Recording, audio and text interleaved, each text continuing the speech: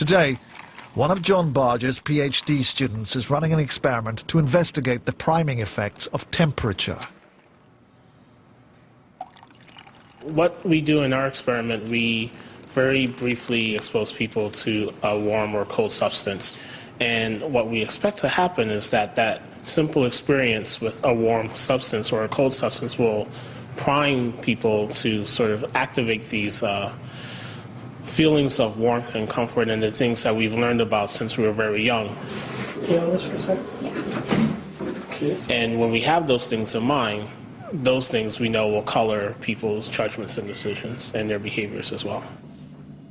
Volunteers for the experiment are asked to hold a warm cup of coffee as they are met by Lawrence. They have been primed with heat.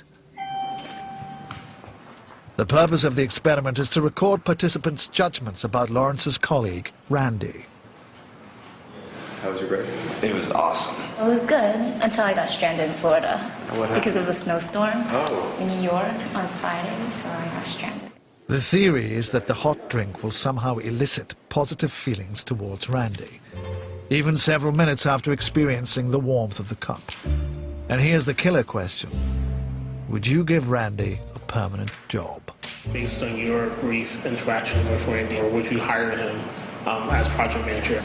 He seemed like a generally friendly guy. So yeah, I would say so. Yeah, why not? Sure. Yes. Yes. Saying warm and friendly things about a stranger might just be the normal polite response. Time to cool things down. Can you hold this for a second? Can you hold this for a second? Sure.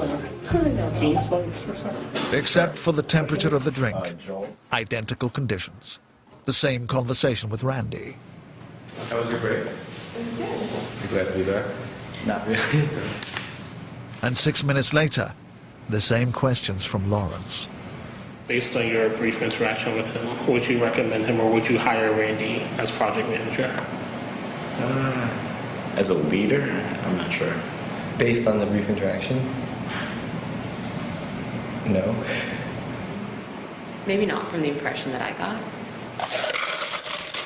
The experiment shows, remarkably, that a brief encounter with a beverage could see you either hired or fired.